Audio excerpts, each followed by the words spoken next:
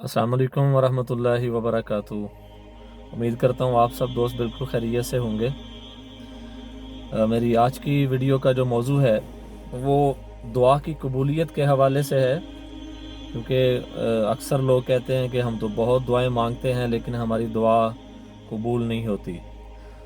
तो सबसे पहले तो ये देखना चाहिए कि हम जो दुआ मांग रहे हैं वो किस यकीन के साथ मांग रहे हैं। तो अगर यकीन कामिल है तो इंशाल्लाह दुआ ज़रूर कबूल होती है। एक दफ़ा हज्जाज बिन यूसुफ वो तवाफ़ कर रहा था खाना काबा का, तो उसने देखा कि एक नाबीना शख्स है और वो खाना काबा के चौखट के साथ लिपट के अल्लाह ताला से दुआ मांग रहा है कि या अल्लाह मेरी बिनाई लौटा दे। तो हज्जाज ने जब बार बार देखा कि उसकी बिनाई वापस नहीं आई, तो फिर हज्जाज बिन यूसुफ ने उसे कहा कि भाई मैं हज्जाज हूँ और मैं अभी सफ़ा मरवा का तवाफ़ करने जा रहा हूँ, सही करने जा रहा हूँ। तो अगर मेरे वहाँ से वापस आने तक तुम्हारी बिनाई वापस ना आई तो मैं तुम्हें कत्ल कर दूंगा। अब ये कह के हज्जाज तो चला गया और अब वो शख्स उस कहने लगा कि यार अब पहले मेरी बिनाई का मसला था, अब तो मेरी जान का मसला है। तो अब उसे जान के लाले पड़ गए। अब उसने इस लजाजत से और इतने खुशू व खुजू से दुआ मांगी कि हज्जाज के वापस आने से पहले पहले अल्लाह ताला ने उसकी बिनाई वापस कर दी। तो इसके लिए दुआ की कबूलियत के लिए जो है वो सबसे पहली शर्त ये है कि हमें यकीन कामिल हो। यकीन किसे कहते हैं? और जैसे आता है कि बारिश नहीं हो रही, जैसे आजकल भी बारिशें नहीं हो रही, तो बारिश नहीं हो रही थी, लोग नमाज इस्तिस्का अदा करने के लिए बाहर वीरान जगह में चले गए। तो एक शख्स ने देखा कि एक 10-12 साल का बच्चा है और वो हाथ में छतरी लिए जा रहा है।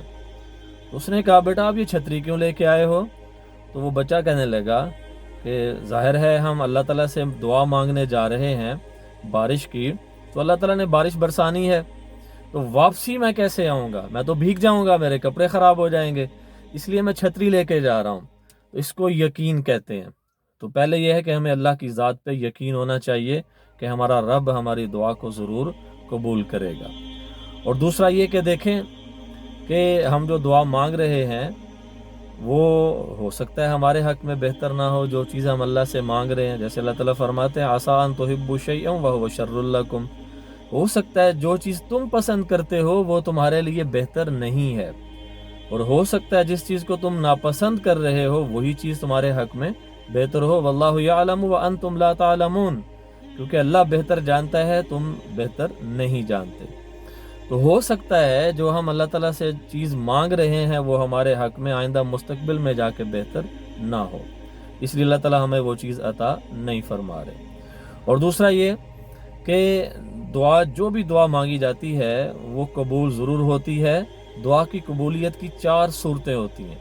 या तो अल्लाह ताला बंदे को वही चीज़ अता करता है जो वो मांग रहा होता है, अगर वो चीज़ उसके लिए बेहतर होती है। और दूसरा ऑप्शन ये होता है कि अल्लाह ताला उस बंदे को उससे बेहतर चीज़ अता करते हैं। जो उसने मांगा वो उसके लिए ज़्यादा बेहतर नहीं था, जो अल्लाह तो उसको अता करेंगे वो उससे बेहतर होगा जो वो मांग रहा है। और तीसरा ऑप्शन ये है कि उस दुआ की बरकत से अल्लाह ताला उस बंदे की आने वाली कोई मुसीबत, कोई परेशानी जो मुस्तकबिल में आ रही है उसकी तरफ, उसको अल्लाह ताला उस दुआ की बरकत से दूर कर देंगे।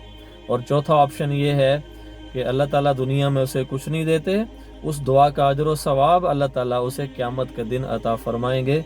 और जैसा कि हदीस पाक में आता है कि जब इंसान को कुछ ऐसे अजर व सवाब नज़र आएंगे कि जो वो कहेगा मैंने तो कोई ऐसा अमल नहीं किया था, तो ये अजर व सवाब कैसा है?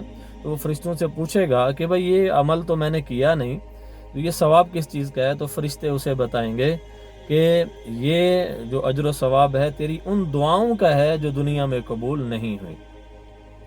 तो हदीस में आता है इंसान चूँकि वो हर हालत में खुश नहीं रहता, तो अब उस वक्त इंसान ये कहेगा कि काश मेरी कोई भी दुआ दुनिया में कबूल ना होती, आखिरत में मुझे उन सारी दुआओं का अजर और सवाब मिलता।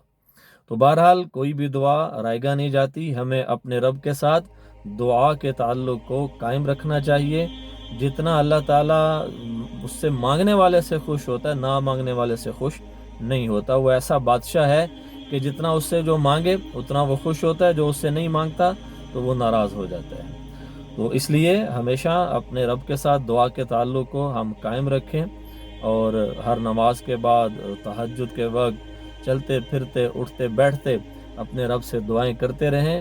ہو سکتا ہے کہ قبولیت کا وقت ہو اور ہماری دعا اللہ تعالیٰ قبول فرما لیں, کیونکہ اوقات کا بھی حساب ہوتا ہے. کچھ قبولیت کے اوقات ہوتے ہیں, تو ان اوقات میں مانگی ہوئی دعا قبول ہوتی ہے. اللہ تبارک و تعالیٰ مجھے اور آپ سب کو اپنی ذات عالیہ کے ساتھ دعا کے رشتے کو مضبوط سے مضبوط تر بنانے کی توفیق عطا فرمائے. والسلام علیکم ورحمۃ اللہ وبرکاتہ.